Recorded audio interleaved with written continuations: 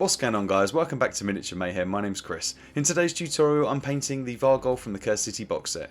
There's lots of tips and tricks in this video that you can apply to larger scale models that absolutely make them pop and look fantastic on the table. If you happen to have a Flesh Eater Court's army, this tutorial is going to be particularly valuable if you're looking for a colour scheme and an easy way to produce the models out quite quickly. If you do find today's tutorial useful, don't forget to head down below, smash that like button for the YouTube algorithm, hit subscribe if you haven't already, and click on that bell notification so you never miss an upload. Let's get into the video.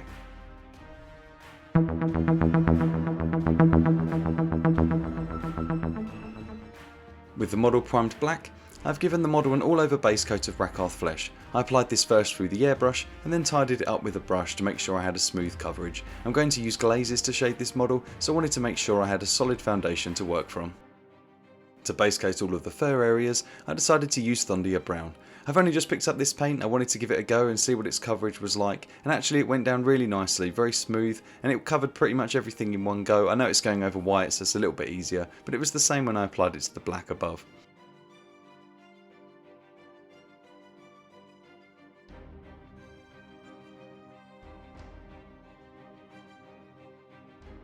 For the teeth and claws, I applied a few thin layers of CORVUS black.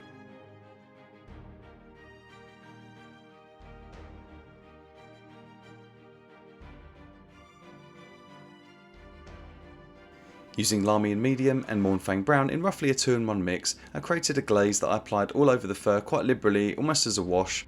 As I went around washing the fur, I also applied it slightly as a glaze to the areas of skin where it meets the fur. I just wanted to build up some slightly different shades of brown in the skin.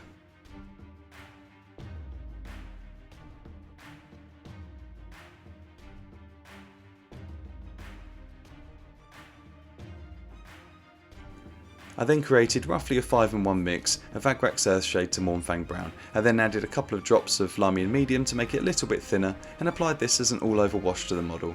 When this dries with a little bit of paint, actual paint in it rather than just wash, it comes out with a really nice finish that's got a bit more opacity to it and it doesn't settle as much in the recesses. I then gave all of the skin a really light dry brush of Varghulf flesh. Don't worry too much if you get this on the fur, I'm going to come back over that later.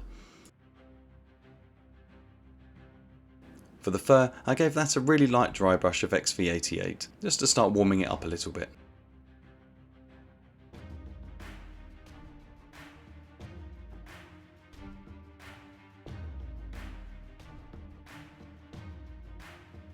For the scarring on the Varghulf's shoulders, I gave it a light stipple of BUGMANS Glow to start building up some colour there.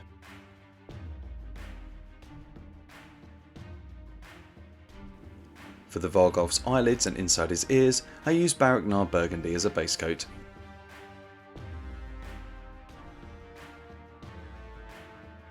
Using Lahmian Medium, I created a glaze using the same colour and applied that all over the claws and feet.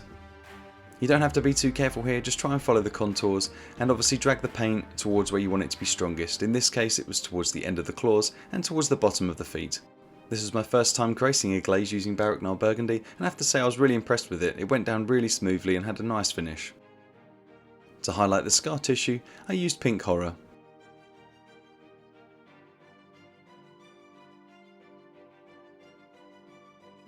For the eyes, I used my smallest brush and a base coat of AVERLAND Sunset,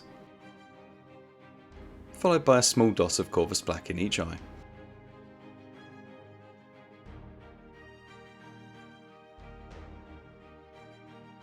For the teeth and claws, I applied a fine edge highlight of rust grey.